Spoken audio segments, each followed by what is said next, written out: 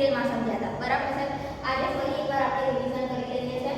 તો પહેલી વ્યાખ્યા જે હતી એડમ સ્મિથે આપી હતી, બરાબર છે। અને એમણે 1776 માં જે પુસ્તક લખ્યું હતું વેલ્થ ઓફ નેશન્સ, આ તમારે છે ને વન લાઇનર ક્વેશ્ચન માટે યાદ રાખવાનું છે, એમસીક્યુ માં તમને પૂછાઈ શકે છે। અને આગળ તમે જ્યારે કોઈ કોમ્પિટિટિવ એક્ઝામ આપશો ત્યારે પણ તમારે જે આ ટોપિક છે એ ઇમ્પોર્ટન્ટ છે, બરાબર। તમારે અલગથી આને કમ્પ્લીટલી નોટ ડાઉન કરી અને એને યાદ રાખવાનું છે। લાઈફ લોંગ તમે આને યાદ પણ રાખી શકો છો કે એડમ સ્મિથે વેલ્થ ઓફ નેશન પુસ્તક 1776 માં આપ્યું હતું, વ્યાખ્યા આપી હતી અર્થશાસ્ત્રની, બરાબર છે। પછી માર્શલે 1890 માં પ્રિન્સિપલ ઓફ ઇકોનોમિક્સ પર પુસ્તક લખ્યું હતું। પછી જે રોબિન્સ છે એમણે 1971 માં વ્યાખ્યા આપી હતી, બરાબર। અને અર્થશાસ્ત્રનું જે પુસ્તક લખ્યું હતું nature and significance of economics, આને તમે વ્યવસ્થિત રીતે નોટ ડાઉન કરી લેજો। અને લાસ્ટમાં સેમ્યુએલ્સને અર્થશાસ્ત્રની વ્યાખ્યા આપી હતી, જે આપણે ડિટેલ સમજ્યા હતા। આપણો નેક્સ્ટ ટોપિક છે આર્થિક પ્રવૃત્તિ અને બિન આર્થિક પ્રવૃત્તિ। તો વિદ્યાર્થી મિત્રો, આર્થિક પ્રવૃત્તિ શું છે? તો આર્થિક પ્રવૃત્તિ કેમ કરવામાં આવે? આપણે આપણું જીવન સારી રીતે જીવવું છે તો આર્થિક પ્રવૃત્તિ કરવાથી આપણે આપણું સારું જીવન જીવી શકીએ, બરાબર છે। જો અહીંયા છે કે માણસ સતત પ્રવૃત્તિ છે, તે દિવસ દરમિયાન અનેક પ્રવૃત્તિ કરે છે, મંદિરે દર્શન કરવા જાય, મિત્રોને મળે, દુકાને બેસે, રાજકીય ચર્ચા કરે, ટીવી ફિલ્મો વગેરે જુએ। અર્થશાસ્ત્ર માણસની બધી જ પ્રવૃત્તિનો અભ્યાસ નથી કરતું, પરંતુ તે આર્થિક પ્રવૃત્તિનો જ અભ્યાસ કરે છે। માટે અર્થશાસ્ત્રના અભ્યાસમાં શરૂઆતમાં જ આર્થિક પ્રવૃત્તિનો અર્થ સમજવો જરૂરી છે। તો જો હવે આર્થિક પ્રવૃત્તિ શું કહે છે કે માણસ પોતાની જરૂરિયાતો સંતોષવાના હેતુસર વસ્તુ અને સેવાઓનો વિનિમય માટે આવક મેળવવાની કે ખર્ચ કરવાની પ્રવૃત્તિ જે કરે છે તેને આર્થિક પ્રવૃત્તિ કહે છે, બરાબર। અને આર્થિક પ્રવૃત્તિમાં મહત્વની 3 બાબતો હોય છે, એક તો આવક છે, ખર્ચ અને વસ્તુ કે સેવાનો વિનિમય। હવે જો હું તમને એક એક્ઝામ્પલ આપીને સમજાવું કે આર્થિક પ્રવૃત્તિ, બરાબર છે, કે હું અત્યારે તમને ભણાઈ રહી છું, બરાબર। હું ટીચર છું તો મને ફીસ મળશે, બરાબર છે, સેલરી મળશે, તો આ હું એક આર્થિક પ્રવૃત્તિ કરું છું કે જેનાથી મને નાણાં મળે છે, બરાબર, મને આવક થાય છે, તો આ એક આર્થિક પ્રવૃત્તિ થઈ। હવે એના આપણે બિન આર્થિક પ્રવૃત્તિ, હવે હું ટીચર છું, બરાબર, તો હું ટ્યુશન પણ કરાવું છું અને હું ફીસ નથી લેતી, સેવા આપું છું। જો ખાલી સેવા આપું છું તો એ બિન આર્થિક પ્રવૃત્તિ, બરાબર છે। કે કોઈ ડોક્ટર છે, ઈલાજ કરે છે અને ફીસ મેળવે છે તો એ આર્થિક પ્રવૃત્તિ, પણ જો એ પોતાના બાળકનો જ ઈલાજ કરે તો એ બિન આર્થિક પ્રવૃત્તિમાં આવશે, બરાબર છે। જે માતા છે પોતાના બાળકને ઉછેરે છે તો એ બિન આર્થિક પ્રવૃત્તિ। એટલે કે આપણે સમજવાનું શું છે કે જે બિન આર્થિક પ્રવૃત્તિ છે એના સંદર્ભમાં સેવા રહેલી છે કે ખાલી એમનો મોટિવ શું હોય, સેવા આપવાનો, અને જે આર્થિક પ્રવૃત્તિ છે એમાં આપણે નાણાં મેળવીએ, બરાબર, આવક, ખર્ચ અને વિનિમય થાય, એને આપણે આર્થિક પ્રવૃત્તિ। હવે તમે વિચારો કે બધા જ સેવાનો ઉદ્દેશ રાખે, બરાબર, બધા સેવા કરવા બેસી જાય તો આપણો દેશ ચાલે કેમનો? વિધાઉટ પૈસા, બરાબર છે। પૈસા વગર તો આપણે કંઈ કરી જ નહીં શકતા, આપણે સારું જીવન જીવવું છે તો પણ આપણે આર્થિક પ્રવૃત્તિ તો કરવી પડશે ને। તો આપણો જે દેશ છે, આપણા દેશનું અર્થતંત્ર છે, દેશની ઇકોનોમી છે, શાના પર બેઝ રાખે છે? આર્થિક પ્રવૃત્તિ પર, બરાબર છે। એટલે અર્થશાસ્ત્ર શાનો અભ્યાસ? આર્થિક પ્રવૃત્તિનો અભ્યાસ કરે છે। તો હવે આર્થિક પ્રવૃત્તિ અને બિન આર્થિક પ્રવૃત્તિમાં ખબર પડી ગઈ હશે, બરાબર છે।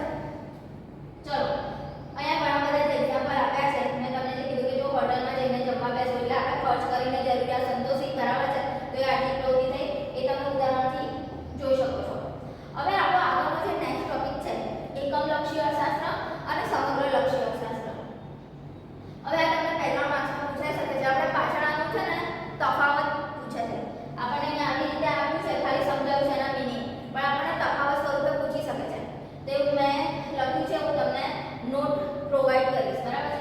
હવે જો એકમલક્ષી અર્થશાસ્ત્ર, તમે એકમલક્ષી જે અર્થશાસ્ત્ર છે તો કહે છે કે અર્થશાસ્ત્રના અભ્યાસ અને વિશ્લેષણના ક્ષેત્રની બે રીતે ભાગ પડે, બરાબર। તો કે જે અભ્યાસમાં અર્થતંત્રના એકમનો અભ્યાસ થાય તે એકમલક્ષી અર્થશાસ્ત્ર છે, અને જે અભ્યાસમાં અર્થતંત્રના સમગ્ર ક્ષેત્રનો અભ્યાસ થાય તે સમગ્રલક્ષી અર્થશાસ્ત્ર કહેવાય।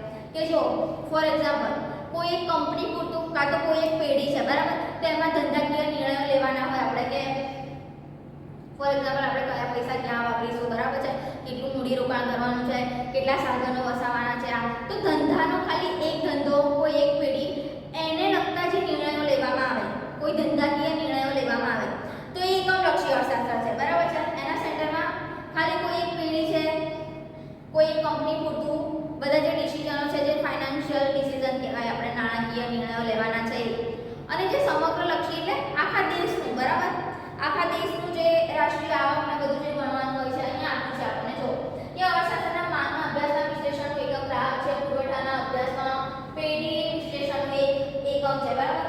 જો આપણે સમગ્રલક્ષી જે અર્થશાસ્ત્ર છે એમાં આપ્યું છે કે કુલ રોજગારી, રાષ્ટ્રીય આવક, વસ્તી વગેરે અર્થતંત્રના સમગ્રલક્ષી ખ્યાલો, બરાબર, કે જે આખા દેશને લાગે પડે, બરાબર છે. તો એ સમગ્ર લક્ષી અર્થશાસ્ત્ર છે. એકમ લક્ષી શું થયું? કોઈ એક એકમ પૂરતું, કોઈ એક પેઢી, કંપની, બરાબર છે. તો આનો એક બેઝિક મીનિંગ આપણને આપ્યો છે કે એકમ લક્ષી અર્થશાસ્ત્ર અને સમગ્ર લક્ષી અર્થશાસ્ત્ર. ચલો હવે આગળ આપણે જે નેક્સ્ટ ટોપિક છે આર્થિક માહિતીની રજૂઆત, પ્રેઝન્ટેશન ઓફ ઇન્ફોર્મેશન ઇકોનોમિક્સ. હવે આર્થિક માહિતીની રજૂઆત, કોઈ પણ માહિતી છે આપણે એની રજૂઆત કેમ કરીએ, બરાબર છે. સમજ અર્થશાસ્ત્રમાં બધી એવી જ માહિતી હોય છે કે જે આમ કેવું આમ ડિફિકલ્ટ આવે, કારણ કે દેશનું આપણે કોઈ પણ દેશની ઇકોનોમી, અર્થતંત્ર, આપણા દેશનું અર્થતંત્ર જાણવું છે, બરાબર. તો એના માટે એટલા માટે આ પોઈન્ટ આપણા ચેપ્ટરમાં મૂક્યો છે અર્થશાસ્ત્રમાં. તો ચલો જોઈએ કે આર્થિક અભ્યાસોના સિદ્ધાંત કે માહિતીની રજૂઆત ત્રણ રીતે થાય. કેવી રીતે? તો પહેલું છે કે ભાષા દ્વારા, વર્ણનાત્મક રીતે, બીજું આંકડાઓ દ્વારા અને આકૃતિ દ્વારા. કોઈ પણ માહિતી છે તો કેવી રીતે? તો કે ભાષા અને વર્ણનાત્મક. આપણે કોઈ પણ માહિતી ભાષા દ્વારા, અત્યારે હું શું કરું છું, માહિતીની આપણે કરું છું ભાષા દ્વારા, બરાબર છે, બોલીને. હવે સેકન્ડ છે કે આંકડાઓ દ્વારા. આ જો આ ન્યુમેરિકલ, બરાબર છે, અને લાસ્ટમાં આકૃતિ પણ આપી છે. તો હવે આપણે એને સમજીએ કે કેવી રીતે. તો હવે જો ફર્સ્ટ આપણને આપ્યું છે આ એક આકૃતિ, આપણને આ તમને ખબર છે આલેખ છે, બરાબર. તો કિંમત અને માંગનું દર્શાવ્યું છે. આ એક્સ એક્સિસ પર શું આપ્યું છે? માંગના એકમો અને કિંમત. આ એવું દર્શાવે છે કે જ્યારે કિંમત આપણે તમારે આગળ માંગનું ચેપ્ટર આવશે એમાં તમે ભણશો કે જ્યારે કિંમત ઓછી, કે હું તમને નોર્મલ એક સિમ્પલ એક્ઝામ્પલ, નોર્મલ ક્વેશ્ચન પૂછું કે કોઈ પણ વસ્તુ આપણે એક ગ્રાહક તો છે. હવે જો આ ઇકોનોમિક્સ જે સબ્જેક્ટ છે મેં તમને સ્ટાર્ટિંગમાં પણ કહ્યું હતું કે કેવું આમ પ્રેક્ટિકલ સબ્જેક્ટ, કે તમે રોજબરોજની જે બધી પ્રવૃત્તિઓ કરો છો એ બધું ઇકોનોમિક્સમાં આવે છે. તમે બજારમાં જતા હશો, ખરીદ વેચાણ કરો છો, કે કોઈ વસ્તુ ખરીદો છો, તો એ શું છે? એ બધું બજાર જે આવે છે, માંગ, એ બધું જ તમારે ઇકોનોમિક્સમાં ભણવાનું આવે. એટલે કન્સેપ્ટ પણ એકદમ ક્લિયર થાય અને એકદમ પ્રેક્ટિકલ સબ્જેક્ટ, તમને ભણવાની પણ મજા આવે. તો એ રીતે આ માંગ અને કિંમતનો જે આપણે આલેખ દ્વારા સમજાવ્યું છે, આકૃતિ દ્વારા, કે જ્યારે કોઈ પણ વસ્તુની કિંમત ઓછી હશે ને તો એને માંગ પર ઇફેક્ટ થશે. કેવી રીતે?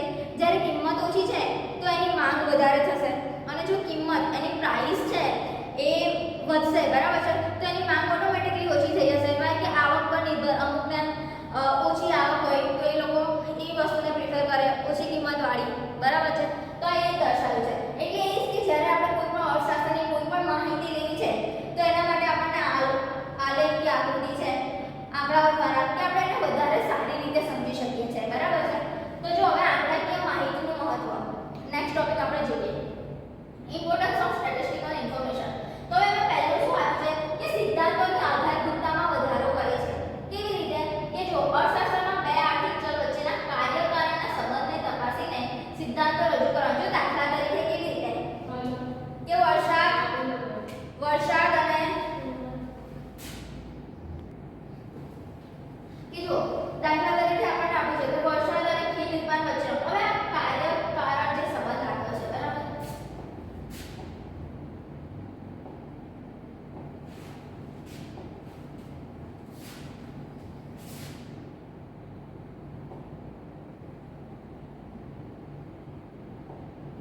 જો આ કાર્યકારણનો જે સંબંધ આપ્યો છે,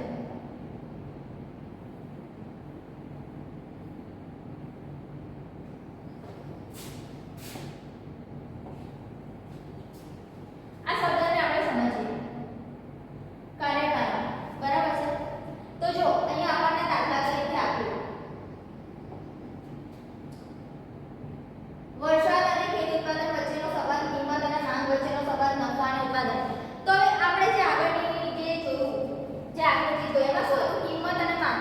તો હવે આમાં કાર્ય કોણ અને કારણ કોણ, બરાબર છે. તો જો કોઈ પણ કિંમત છે, કોઈ પણ વસ્તુની કિંમત છે, એના કારણે શું થાય છે? માંગમાં વધારો કે ઘટાડો થઈ શકે છે. તો કારણ શું? કિંમત વધવાના ઘટવાથી માંગમાં ફેરફાર થાય છે, બરાબર છે. તો એ આપણે એક્ઝામ્પલ આપ્યું છે.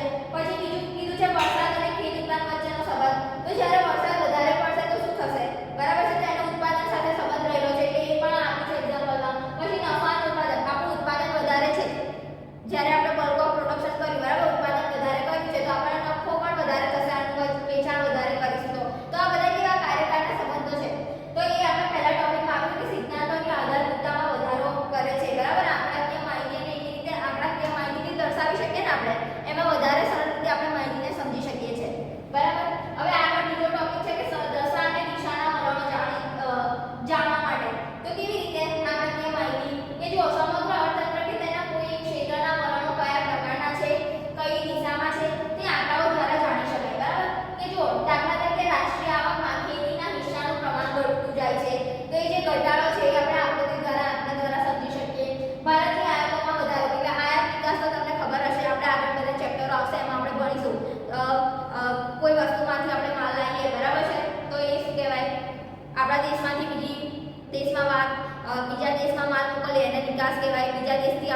જે કોઈ પણ માલ લઈએ એને આપણે આયાત કહેવાય, બરાબર છે. તો આયાત નિકાસના જે આંકડાકીય માહિતી છે, નાણાં પુરવઠો, તે આ બધા જે વલણો છે અને જે દિશા આપણું અર્થતંત્ર કઈ દિશામાં જઈ રહ્યું છે, બરાબર, તો એ બધું આપણે આંકડાકીય માહિતી સમજી શકીએ છીએ.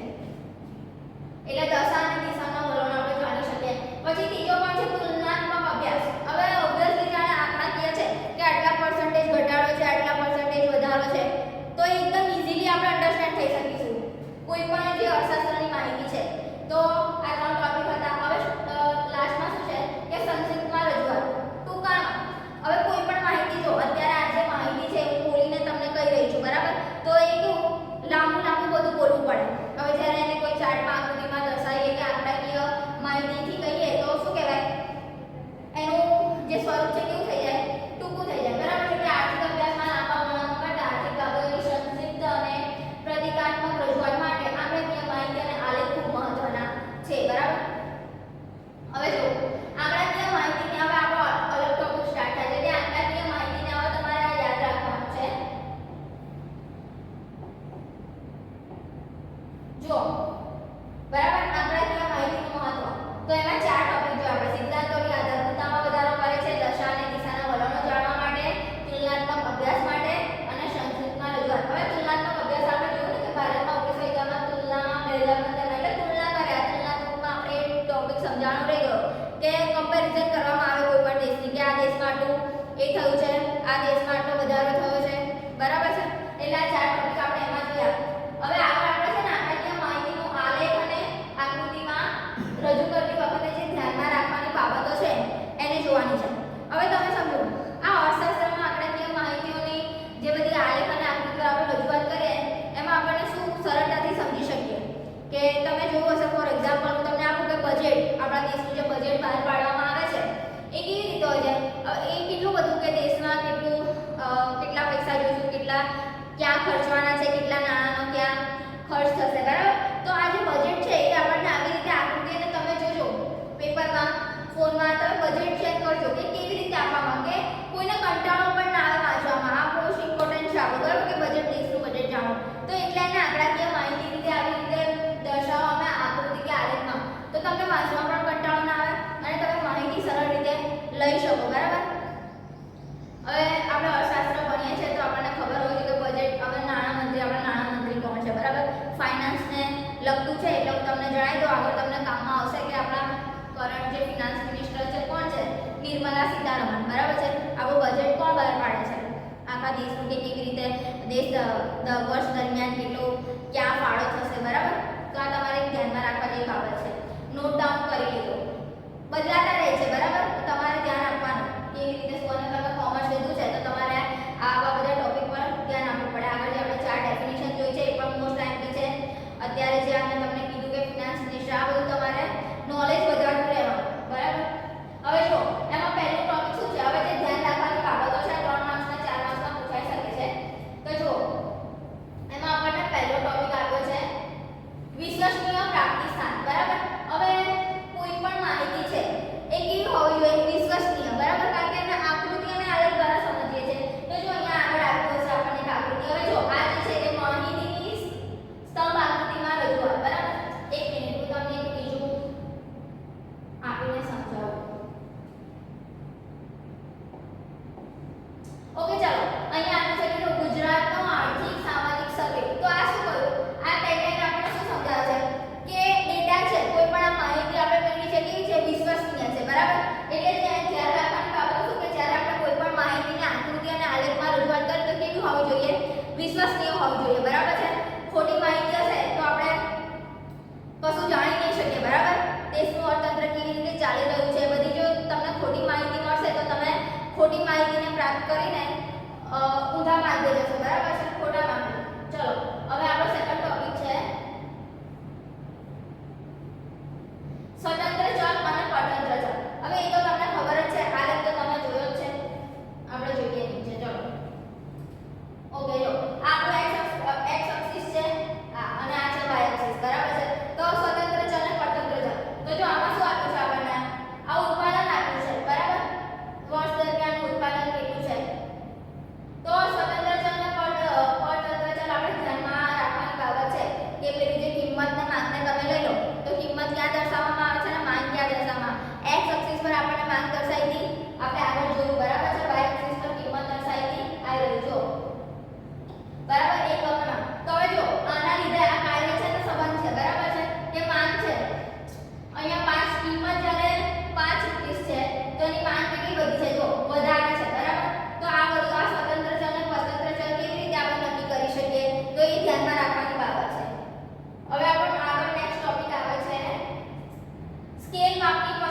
લખી છે બરાબર એ આપણે એના દ્વારા સમજી લઈએ કે સ્કેલ માપની પસંદગી જો અહીંયા કેટલા એકમો લીધા છે 5 10 15 બરાબર 5 નું વેરિએશન રાખ્યું છે તો જ્યારે તમે કોઈ પણ માહિતીને આકૃતિને આલેખમાં દર્શાવો છો તો સ્કેલ માપનું મહત્વ રહેલું છે બરાબર કે તમારે સ્કેલ ચોક્કસ સ્કેલ માપને ધ્યાનમાં રાખવાનું છે જો અહીંયા આવ્યું છે કે આંકડાઓને આકૃતિમાં યોગ્ય રૂપમાં ગોઠવવા માટે યોગ્ય સ્કેલ માપ મેળવવા પડે છે દાખલા તરીકે જો સમયને લગતી બાબત હોય તો 10 વર્ષ માટે એક સ્કેલ નક્કી કરીને તેની રજૂઆત થાય બરાબર ચલો હવે આગળ આપણને શું કીધું છે આંકડાકીય માહિતીની આકૃતિની આલેખમાં રજૂઆત હવે જો આ જ્યારે આપ્યું હોય ને તો આના હવે આકૃતિના પ્રકારો આપ્યા છે આપણને કેવી આકૃતિ જો કે આંકડાકીય માહિતીને આકૃતિની આલેખમાં વિવિધ સ્વરૂપે દર્શાવી શકાય બે ચલો વચ્ચેના સંબંધને બિંદુ દ્વારા અને બિંદુઓને જોડી રેખા દ્વારા દર્શાવવામાં આવે તો એને રેખીય આકૃતિ બને દાખલા તરીકે માંગ રેખા હવે જો આ તમને છે ને ત્રણ પ્રકાર આપ્યા છે આકૃતિના બરાબર છે આગળ તમારે ભણવાનું આવશે આકૃતિના આલેખના પ્રકારો બરાબર છે 12માં આપણું ફર્સ્ટ ચેપ્ટર એ જ છે બરાબર તો જો સ્તંભ આકૃતિ છે બરાબર તો આકૃતિમાં આધારિત ચલ ઊભી ધરી પર આપવામાં આવ્યો છે સ્વતંત્ર ચલ આડી ધર આપવામાં આવેલો છે અને તેના પરિવર્તનનો સમયગાળો દાખલા તરીકે ઘઉંનું દર વર્ષે ઉત્પાદન કેટલું થાય તેના આંકડા આપણી પાસે તો છે તો સ્તંભ આકૃતિ કહેવાય એટલે કોઈ એક ચોક્કસ આપી દીધું હોય આપણને લાઈક કોઈ પબ્લિકનું છે બરાબર કે કંઈ પણ છે તો તમને એક જ ડેટા આપી દીધો છે કે કિંમત તેમાં બંને એકબીજાને શું કહેવાય કનેક્ટેડ છે બરાબર તો એની જ્યારે માહિતી દર્શાવવાની હોય તેને સ્તંભ આકૃતિ કહેવાય જો ખાલી અહીંયા વર્ષ આપ્યા છે અને અહીંયા ઉત્પાદન આપ્યું છે તો એને આપણે સ્તંભ આકૃતિમાં દર્શાવી શકીએ કારણ કે એનો જો ચાર્ટ છે ને એકદમ જ સિમ્પલ છે કે જો આ વર્ષ દર્શાયા 70 71 માં કેટલું ઉત્પાદન હતું બરાબર હવે બીજું જે આવે છે જો આ છે ને પાસ પાસેની સ્તંભ આકૃતિમાં કેવી સાદી બરાબર છે સાદી ઇન્ફોર્મેશન હોય હવે આને પાસ પાસેની સ્તંભ આકૃતિ છે ને એમાં કેટલા બે ચલ હોય પેલા તો એક ચલ હોય એમાં બે થી વધારે પણ હોઈ શકે બે કે જ્યારે કોઈ પણ વર્ષ દરમિયાન કે સ્ત્રીની સંખ્યા કેટલી હતી પુરુષોની સંખ્યા કેટલી હતી અને બાળકોની સંખ્યા કેટલી હતી તો જ્યારે બે થી વધારે ચલ હોય ત્યારે પાસ પાસેની આકૃતિ દર્શાવવામાં આવે બરાબર જો અહીંયા છે અહીંયા સ્ત્રી સાક્ષરતા દર હવે સાક્ષરતા અને નિરક્ષરતા તમને સાક્ષરતા તો ખબર હશે બરાબર છે કે સાક્ષર વ્યક્તિ કોણ છે કે જે લખી વાંચી શકે છે એને આપણે સાક્ષર કહીએ નિરક્ષર એટલે કે જેને લખતા વાંચતા આવડતું નથી બરાબર છે જો તો આ જો ગુજરાતમાં અક્ષરતાનું પ્રમાણ તો જ્યારે આવી માહિતી હોય કે કેટલા ટકા સ્ત્રી સાક્ષર છે બરાબર પુરુષો તો જ્યારે એક થી વધારે ચલ આપ્યા છે કે સ્ત્રી પુરુષ અને બાળકો ત્રણેયની જ્યારે ઇન્ફોર્મેશન મેળવવાની છે તો ત્યારે પાસ પાસેની આકૃતિનો ઉપયોગ કરવામાં આવે બરાબર છે જો આ દોરેલું છે પાસ પાસેની સ્તંભ આકૃતિ હવે વૃત્તાંશ આકૃતિ હવે વૃત્તાંશ આકૃતિ શું છે એમાં જો તમે 360 ડિગ્રીનું લેવાનું હોય બરાબર વર્તુળ હવે એમાં તમારે છે ને પર્સન્ટેજ આધારિત ટકા આધારિત કે આ જો આપણને આપ્યું છે અહીંયા કે સેવા ક્ષેત્રનો ફાળો કેટલા ટકા છે ઉદ્યોગ ક્ષેત્રનો કેટલો આપણે એને લઈ અને પછી આ દોરવા માટે તમારે કોઈ પણ માહિતી છે જેને તમારે દર્શાવવી છે તો આવી રીતે વર્તુળ દોરી અને એના પર્સન્ટેજ પાડી અને એના ભાગ પાડવામાં આવે છે બરાબર કોઈ ભાગ રૂપે માહિતી દર્શાવવાની હોય તો વૃત્તાંશ આકૃતિનો ઉપયોગ કરવામાં આવે છે તો આપણે ત્રણ પ્રકાર જોયા સ્તંભ આકૃતિ પાસ પાસેની આકૃતિ અને થર્ડ શું હતું વૃત્તાંશ આકૃતિ બરાબર છે હવે આપણો ચેપ્ટરનો લાસ્ટ ટોપિક છે અર્થશાસ્ત્ર વિષયનું મહત્વ ચલો તે જોઈશું ઇમ્પોર્ટન્સ ઓફ ઇકોનોમિક્સ તો શું કહે છે આજનો યુગ એ આર્થિક યુગ છે માનવીની પ્રત્યેક પ્રવૃત્તિ લાભ અને ગેરલાભની તુલના સાથે થાય છે બહુ ઓછા લોકો જે સાવ નિષ્ણાત કામ કરે છે આર્થિક બાબતો દૂર રહી શકે તેવું ભાગ્ય જ કોઈ હોય એ માટે અર્થશાસ્ત્ર વિષયની પ્રસ્તુતતા વધી જાય તેના અભ્યાસનું મહત્વ વધી જાય તો જો આજે આર્થિક વિષયનું મહત્વમાં આપણને પહેલા વ્યવહારિક મહત્વ આપ્યું છે અને પછી આર્થિક મહત્વ આપ્યું છે બરાબર તો વ્યવહારિક મહત્વમાં શું છે કે અર્થશાસ્ત્ર આપણા રોજિંદા જીવન સાથે સંકળાયેલું છે જે મેં તમને પહેલા જ કીધું કે અર્થશાસ્ત્રમાં શું હોય તો બજાર તમે વસ્તુ બજારમાં લેવા જાવ છો બજારથી પરિચિત છો બરાબર ખરીદ વેચાણ એટલે તમે એક અર્થશાસ્ત્રનો ભાગ તો બની ચૂક્યા છો બરાબર તો જો તો પહેલું એવું જ કહે છે કે આંતરરાષ્ટ્રીય ઘટનાઓ તો એમાં શું કહે કે આજના સમયમાં હવે આંતરરાષ્ટ્રીય ઘટનાઓ એટલે આપણે જો રશિયા અમેરિકા ચીન ભારત બરાબર છે તો આમાં સમાનતામાં કયા તફાવતો આવેલા છે બરાબર એની કોઈ પણ માહિતી આપણે મેળવીએ એ આપણે અર્થશાસ્ત્ર દ્વારા જાણી શકીએ બરાબર છે આપણે આગળ જોયું કે કોઈ પણ માહિતી છે કે આ વિકાસ કેટલી થાય છે બરાબર કેટલા ટકા વસ્તી વધારો છે ઘટાડો છે તો કોઈ દેશની તુલના કરી આ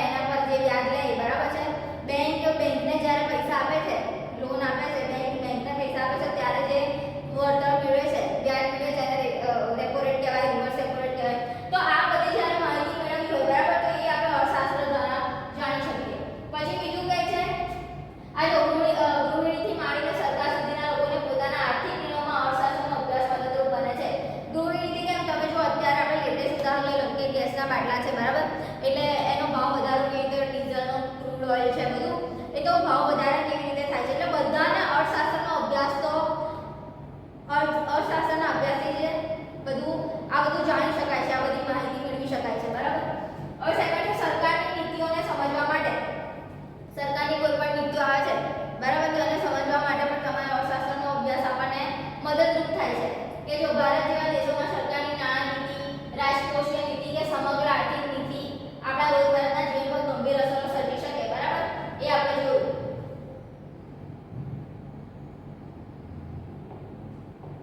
હવે લાસ્ટ આપણું છે વ્યવસાયિક મહત્વ. તો વ્યવસાયિક મહત્વ શું દર્શાવે છે કે જો આવક અને ખર્ચ, માંગ, પુરવઠો બધા બાબતો તમામ વ્યવસાયો સાથે જોડાયેલી છે. અર્થશાસ્ત્રનો અભ્યાસ દરેક વ્યવસાયની આર્થિક ગણતરીમાં મદદરૂપ થાય છે. વસ્તુ કે સેવાના કિંમત નિર્ધારણ સાધનો તથા કાચા માલના ખરીદ વેચાણ, શ્રમિકો, તો આ બધું શું કહેવાય વ્યવસાયિક મહત્વ. ધંધામાં તમે ધંધાના કોઈ પણ નિર્ણય લો તો એમાં તમારે અર્થશાસ્ત્રનો અભ્યાસ મદદરૂપ થાય, બરાબર. તો જો આ નિર્ણય લેવામાં મદદરૂપ કરે ગ્રાહક તરીકે, ઉત્પાદક તરીકે. ગ્રાહક તરીકે કે અર્થશાસ્ત્રમાં ભણવાનું આવે આપણને ગ્રાહકના જે નિયમો છે, બરાબર, એમની જવાબદારીઓ, ગ્રાહક સુરક્ષા એક્ટ, આ બધું આપણને અર્થશાસ્ત્રની મદદથી જાણી શકાય. પછી છે ઉત્પાદક તરીકે, શ્રમિક તરીકે, તો આ બધું જ જ્યારે ઓછામાં ઓછું ચૂકવીને વધુમાં વધુ લાભ મેળવવાનો પ્રયત્ન કરવાનો છે અને આર્થિક સિદ્ધાંતો અહીં મદદરૂપ કરે છે. તો અર્થશાસ્ત્રના અભ્યાસ દ્વારા તમે તમારા સરળ રીતે રાજનીતિ જાણી શકો છો, બરાબર છે. આપણા દેશમાં શું ચાલી રહ્યું છે, આખા દેશનું જે અર્થતંત્ર છે તે તમે અર્થશાસ્ત્રના અભ્યાસ દ્વારા જાણી શકો છો. તો અહીંયા આપણું આ ચેપ્ટર પૂરું થાય છે. નેક્સ્ટ ચેપ્ટર આપણે નેક્સ્ટ લેક્ચરમાં ચાલુ કરીશું. Thank you.